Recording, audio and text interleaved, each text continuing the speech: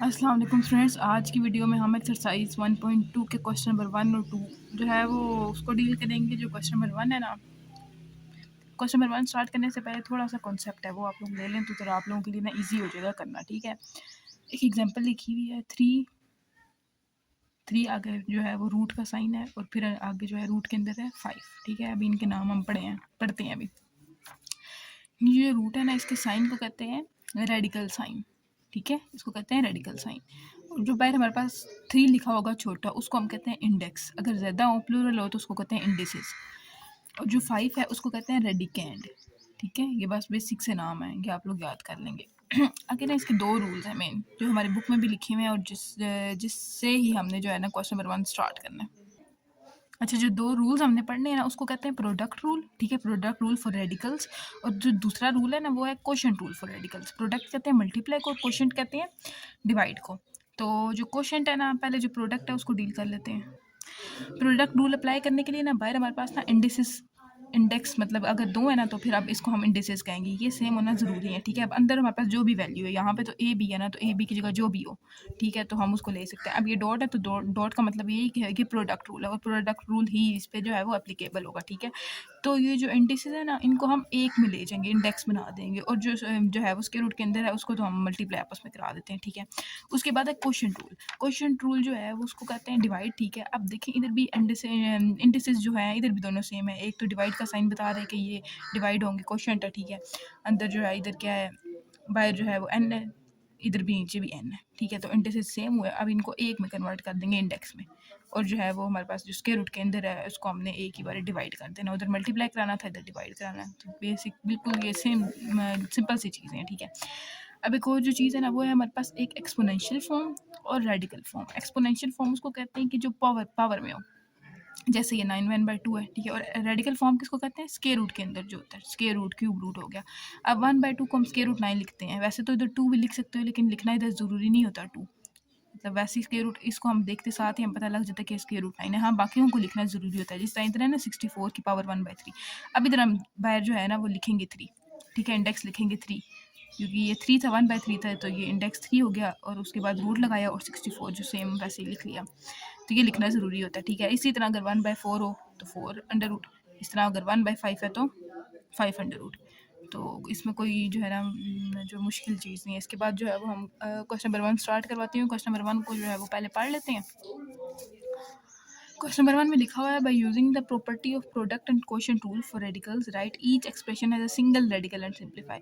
ये कह रहे हैं कि आप लोगों ने प्रॉपर्टी को यूज़ करना है, प्रोडक्ट की और क्वोशंट की। मतलब ये जो है ना रूल्स जो हमें बताए हुए हैं उसी से आप लोगों ने मदद करनी है रेडिकल्स की। ठीक है, और हर एक्सप्रेशन को सिंगल रेडिकल में कन्वर्ट करना है। अच्छा, ये जो है ना हमारे पास क्वेश्चन नंबर 1 है। ठीक है, क्वेश्चन नंबर 1 का पार्ट 1 है। अब देखिए उसको कह रहा है कि सिंगल रेडिकल में कन्वर्ट करो। अब यहाँ पे देखें 2 रेडिकल नज़र आ रहे हैं हमें। अब ये आंसर में जो आके सिंगल रेडिकल हो गया, तो हमारा जो है ना क्वेश्चन का मकसद हल हो गया, बस इतना सा है। ठीक है, तो डबल रेडिकल था, इसमें हमने सिंगल रेडिकल बना दिया। अब जो 1 पार्ट है ना, इसको देखिए, बाहर इंडेक्स 3 है, इधर भी इंडेक्स 3 है। इंडेक्स एक बार लिख लेंगे और जो अंडर रूट के अंदर जो चीज़ें थी ना 6 और 6, इन दोनों को आपस में मल्टीप्लाई करा देंगे। ठीक है, जो टर्म्स थी। अब बाहर 3 था, इसी तरह इंडेक्स सेम आ गया और 6 को 6 से मल्टीप्लाई किया तो 36। पार्ट 1 हो गया। अब जो दूसरा पार्ट है हमारे पास वो है 5 अंडर रूट 4 और 5 अंडर रूट 8। अब देखिए इंडेक्स सेम है, इंडेक्स को एक बार लिखा, जो जो हमारे पास अंडर रूट के अंदर जो टर्म्स थी उन दोनों को आपस में मल्टीप्लाई कराया। 8 4 ज़र होता है 32 और इंडेक्स सेम उसी तरह आ गया। ये जैसे मैंने लिखा कि इसको ना परेशान नहीं हो जाना आप लोगों ने देख के कि यार ये तो 32 था, 1/5 कैसे आ गए। तो ये इसी तरह होता है कि 32 है ना, तो अंडर रूट हटा के ना तो 1/5 पावर बना देते हैं। यही तो फ़र्क होता है, मतलब देखिए ना, एक्सपोनेंशियल और रेडिकल में। ठीक है, तो ये हर किसी को हम इस तरह लिख सकते हैं। अब 36 को भी हम लिख सकते हैं 36 की पावर 1/3। अब जो तीसरा हमारे पास है, तीसरा पार्ट है, इसके बारे में देखिए इंडेक्स सेम है। ठीक है, अब इंडेक्स जब सेम है तो एक बार आप लोगों ने लिख लेना है और अंदर जो टर्म्स थी उन दोनों को आप लोगों ने मल्टीप्लाई करा देना है। उन दोनों को मल्टीप्लाई कराने से देखिए अब x की पावर 1 है और x की पावर 3 है। तो अब x की मल्टीप्लाई कराने से क्या होता है, हमारे पास पावर्स ऐड हो जाती हैं, तो 3 + 1 x की पावर 4 होगी है। इससे अगला जो सवाल है क्वेश्चन नंबर पार्ट है, क्वेश्चन नंबर इसका है पार्ट 4 है। तो इसका क्या है, स्क्वायर रूट 10 और 3 स्क्वायर रूट 11। अब देखें गौर करें ज़रा, इसमें इंडेक्स सेम नहीं है, इसमें 3 है, इसमें नहीं है। तो इसका ये मतलब है कि ये डॉट तो लगा हुआ है, प्रोडक्ट रूल तो लग सकता था लेकिन लगेगा नहीं, क्योंकि यहाँ पे 3 नहीं है। तो अगर 3 होता तो फिर हम वैसे ही कर लेते, ठीक है। तो ये है नहीं, तो इसका ये क्या मतलब है, ये रूल जो है फॉलो कर ही नहीं रहा। रूल फॉलो करने के लिए हमारे पास इंडेक्स सेम होना ज़रूरी है और अंदर मल्टीप्लाई हम करा देते हैं। तो इसमें आप लोग लिख लेंगे the product rule for radicals does not apply to square root 10 और cube root 11 because the indices are not same. अब अगला 5वां पार्ट देखिए। 5वां पार्ट है। अब देखिए ये क्वेश्चन ला लग रहा है, ये कैसे पता लगा, ये ऐसे डिवाइड से पता लग रहा है, बर्थडे की सूरत से हमें पता लग रहा है कि ये क्वेश्चन ला लगेगा। क्वेश्चन ला इस तरह लिखिएगा, देखिए ये बायर इंडेक्स सेम है, इंडिसेस आप लोगों के पास सेम है, इसको एक बार लिख लेंगे सिंपल सा, ठीक है। और जो आप लोग जो बाकी रह गया उसको एक ही अंडर रूट में कन्वर्ट कर देंगे, सिंपल, बस एक ही अंडर रूट लगा देंगे। बाकी जो एक्स की पावर 7 था डिवाइडेड बाई एक्स की पावर 5 वो बिल्कुल सेम ऐसे ही उतार दिए। अब ये जो था ना इंडेक्स जो है वो सेम रहा, अंडर रूट एक्स की पावर 7 माइनस 5। ये इस तरह हुआ है कि जब कोई भी पावर ऊपर जाती है ना, ठीक है, कोई भी टर्म ऊपर जाती है ना, तो उसकी पावर जो होती है माइनस में चली जाती है, ऊपर या नीचे, ठीक है। तो अब देखिए जिस तरीके से ये था एक्स की पावर 7 डिवाइडेड बाई एक्स की पावर 5, ये किस तरीके से हुआ है, एक्स की पावर 7 वैसे ही रही है, जो एक्स की पावर 5 थी वो नीचे से ना ऊपर चली गई है, तो रही तो एक्स की पावर 5 है, लेकिन इसके साथ नेगेटिव साइन लग गया। तो इसका ये जो है ना, इसका ये मेथड होता है, जब भी कोई चीज़ नीचे से ऊपर जाती है उसकी पावर माइनस में हो जाती है। तो इसी तरीके से फिर 7 माइनस 5 क्या होता है, एक्स स्क्वायर। बस ये जो है पार्ट हमारा सॉल्व हो गया। आगे पार्ट है हमारे पास 6। इसी तरीके से बिल्कुल देखें, इंडेक्स सेम है, इंडेक्स हमने एक बार लिखा और एक ही अंडर रूट हमने डाल दिया, और डिवाइड जो हो रहे थे वो वैसे का वैसे लिखा रहने दिया। अब देखें 5 1 ज़र 5 और 5 1 ज़र 5, इसका मतलब है ये कटिंग हो रही है। तो 1 के आगे कितने ज़ीरो हैं, 3 ज़ीरो हैं, तो 1 के आगे 3 ज़ीरो डाल दिया और आपका इंडेक्स नीचे आ गया दोबारा से, बस इतना सही है।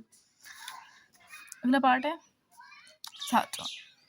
अब 7वां में देखें इंडेक्स बिल्कुल सेम है, इंडेक्स एक बार लिख लिया, उसके बाद हमने क्या डाला, स्क्वायर रूट डाला, उसके अंदर क्या था 500 डिवाइडेड बाई 5, 5 1 ज़र 5 और 5 1 ज़र 5, इसके आगे 1 के आगे 2 ज़ीरो थे, तो 1 के आगे 2 ज़ीरो डाल दिया और इंडेक्स नीचे उतर आया, और इसको हम कह दिया स्क्वायर रूट 10। अच्छा, ये जो क्वेश्चन है ना, इसको जो है वो मैंने एक्सप्लेन किया था, ठीक है। जैसे कि बाहर इंडेक्स एक बार आ जाएगा, अंदर जो है हमारे पास 500 डिवाइडेड बाई 5 आ जाएगा, और हमारे पास ये कटिंग हो जाएगी, और इसका जो है ना वो स्क्वायर रूट 100 हो जाएगा। लेकिन इसको ना और भी हम सिंप्लीफाई कर सकते हैं, ठीक है, ये थोड़ा ऐड किया मैंने अभी।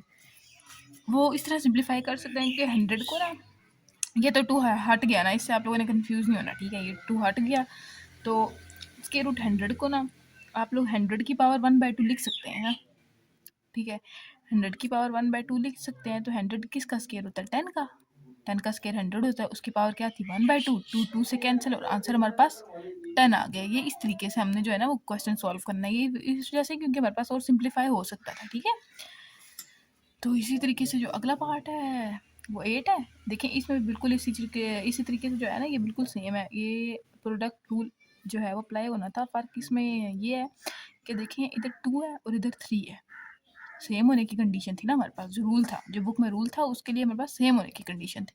तो अब ये सेम तो हो नहीं रहे हैं, ठीक है ना, या तो इधर भी 3 होता है या तो इधर भी 2 होता है। तो इसके लिए हम लिख देंगे the product rule for radicals does not apply to 2 square root 10 और cube root 7 because the indices are not same, indices इनमें सेम नहीं है, ठीक है।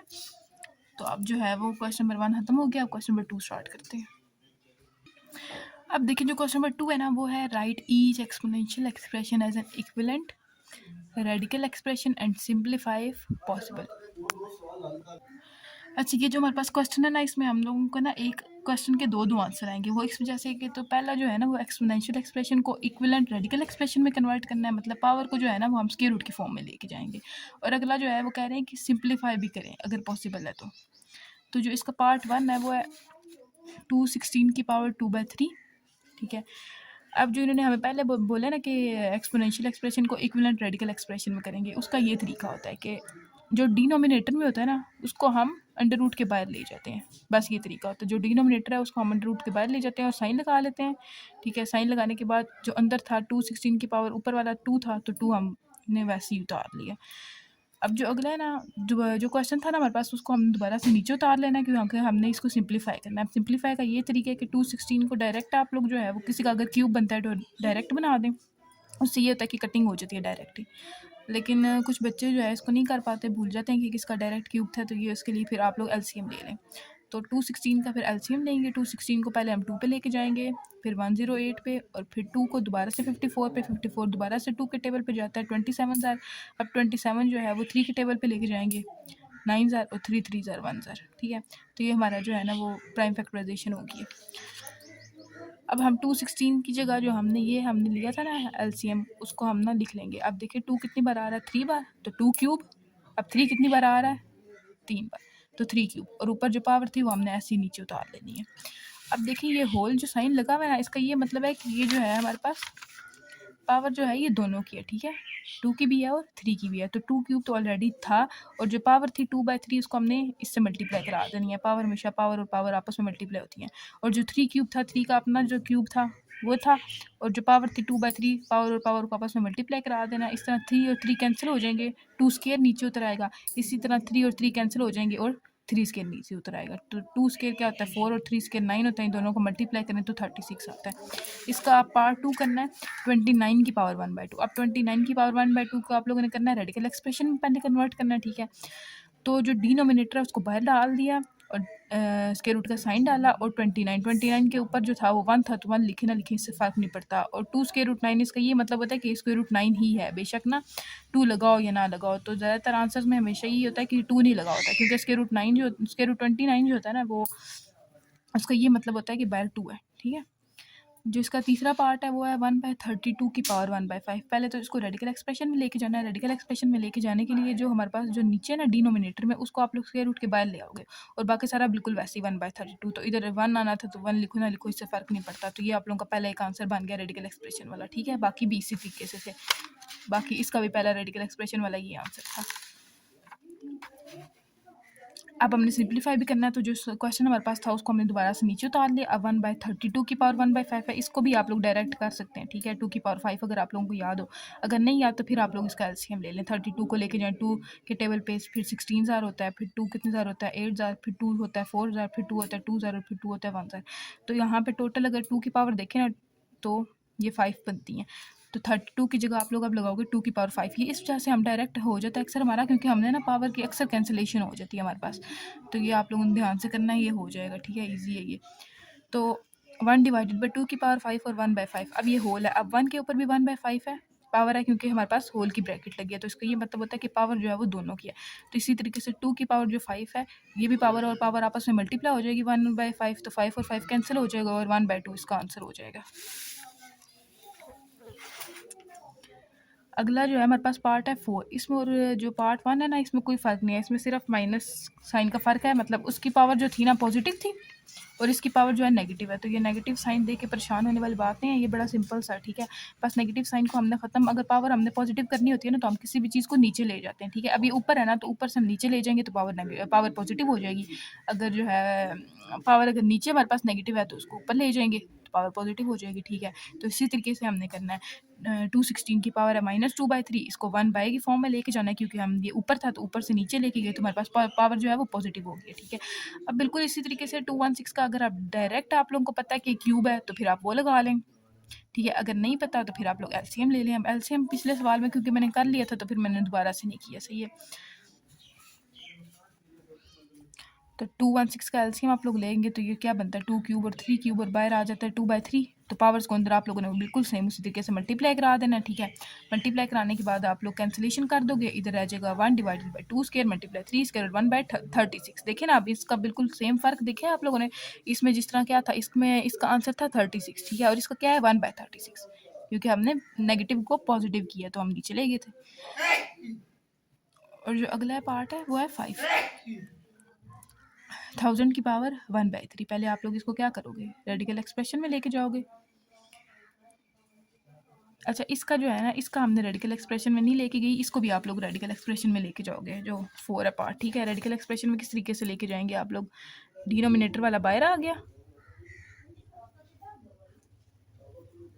216 की पावर -2, ठीक है ना।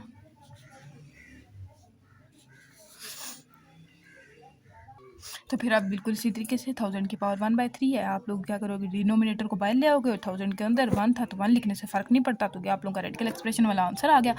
अब देखिए दोबारा से सवाल आप लोगों ने नीचे उतार लेना है, सवाल हमने इसका सिंप्लीफाई करना है, इसको सिंप्लीफाई नहीं करना आप लोगों ने, ठीक है। जो हमारे पास सवाल था उसको हमने दोबारा से नीचे उतार लिया। अब 1000 अगर आप लोग डायरेक्ट लिख सकते हैं, क्यूब है तो फिर आप वो भी लिख सकते हैं, और अगर नहीं तो फिर आप सिंपल इसका एलसीएम ले लें। इसको भी मैंने 2 से डिवाइड किया 500 आता है, दोबारा से 2 से डिवाइड किया तो 250 आता है, फिर 2 पे डिवाइड किया 125 आता है। 125 2 के टेबल पे जो आता नहीं है 5 से ले गए हैं, 5 जो है वो 25,000 होता है, 5 5 25 होता है, और दोबारा से 5 जो है वो 1000 होता है, ठीक है 5। तो अब देखिए ना 1000 की जगह अब हम लोगों ने ये वैल्यूज़ रिप्लेस करनी है। 2 का हमारे पास क्यूब है क्योंकि 1 2 3 2 क्यूब, और 5 का भी क्यूब है 1 2 3 5 क्यूब लिखा है। अब देखें ना पावर दोबारा से होल में, तो इसका ये मतलब है कि पावर को इसके साथ भी मल्टीप्लाई करेंगे और इसमें मल्टीप्लाई करेंगे। पावर और पावर हमेशा आपस में मल्टीप्लाई होती है, ठीक है। तो बिल्कुल सेम तरीके से हमने क्या करना है, 2 का क्यूब अपना था 1/3 इसके साथ आके मल्टीप्लाई हो गया, और 5 का क्यूब था 3/3 आपस में मल्टीप्लाई हो गया। 3 और 3 डिवाइड हो रहे थे तो कैंसिल हो गया, और 3 और 3 यहाँ पे भी डिवाइड हो रहे थे तो कैंसिल हो गया। 2 बिल्कुल सेम, एक बच गया हमारे पास और इधर भी 5 रह गया, ठीक है। तो 2 5 0 होता है हमारे पास 10, तो सिंपल हमारे पास ये आंसर आ गया।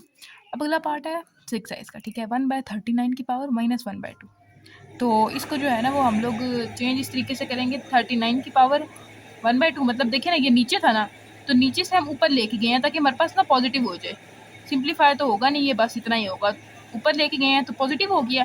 अब पॉजिटिव ले गया तो 1/2 को हम क्या कहते हैं स्क्वायर रूट 39। तो 2 आप लोगों को मैंने समझाने के लिए लिख लिया ताकि आप लोग कंफ्यूज ना हो जाए। तो 2 बाहर आप लोगों का इस तरीके से आएगा, और 2 लिखो ना लिखो तो फर्क नहीं पड़ता, तो स्क्वायर रूट 39 हमारा आंसर हो जाएगा। अगर आपको वीडियो अच्छी लगी है तो काइंडली इसको लाइक करें, शेयर करें और चैनल को सब्सक्राइब करें। इसमें जो है आप लोगों के लिए ज़्यादातर एजुकेशनल जो है वीडियोज़ ही अपलोड करूँगी मैं, और जो मेरे चैनल को जो है वो सब्सक्राइब करें और वीडियो को लाइक करें काइंडली।